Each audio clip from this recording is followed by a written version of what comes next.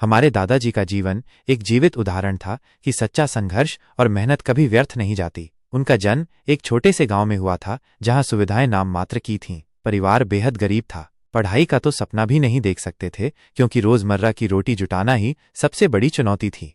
छोटी उम्र में ही दादाजी ने खेतों में मजदूरी करना शुरू कर दिया। नंगे पांव तपती धूप में दिन भर खेतों में पसीना बहाते थे, लेकिन चेहरे पर कभी शिकन नहीं आती थी। उनका एक ही सपना था, अपने बच्चों और परिवार को उस गरीबी से बाहर निकालना जिसमें वो खुद जकड़े हुए थे।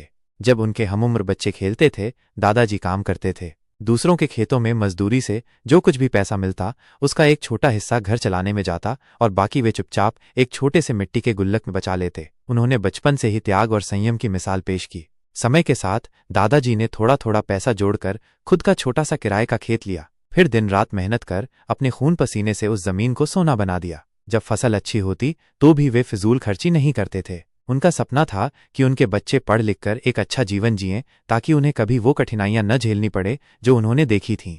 दादाजी ने कभी स्कूल का मुंह नहीं देखा था, लेकिन शिक्षा का महत्व वो गहराई से समझते थे। अपने सारे सपनों को दरकिनार कर उन्होंने अपने बेटों और बेटियों को स्कूल भेजा, किताबें दिलाई, नए कपड़े सिलवाए। गांव के लोग हैरान थे कि एक गरीब मजदूर इतना बड़ा सपना कैसे देख सकता है, लेकिन दादाजी का आत्मविश्वास अडिग था। धीरे धीरे उनकी मेहनत रंग लाई। उनके बेटे पढ़ाई में अच्छे निकले। एक बेटा सरकारी नौकरी में लग गया, दूसरे ने व्यवसाय शुरू कर लिया। दादाजी का चेहरा उस दिन गर्व से चमक उठा जब गांव के प्रधान ने उन्हें मंच पर बुलाकर सम्मानित किया और कहा, दादाजी, आपने पूरे गांव के लिए मिसाल कायम की है। आज हम सब आरामदायक घरों में बैठकर पढ़ते लिखते सपने देखते हैं, लेकिन अगर दादाजी का संघर्ष, उनका तप और उनकी दूरदर्शिता न होती तो शायद हम भी उसी गरीबी के दलदल में फंसे होते। दादाजी ने हमें सिखाया कि परिस्थितियां चाहे जितनी भी कठिन क्यों न हो, अगर नीयत सच्ची हो और मेहनत में दम हो तो इंसान अपनी किस्मत खुद लिख सकता है। उनका जीवन इस बात का प्रतीक है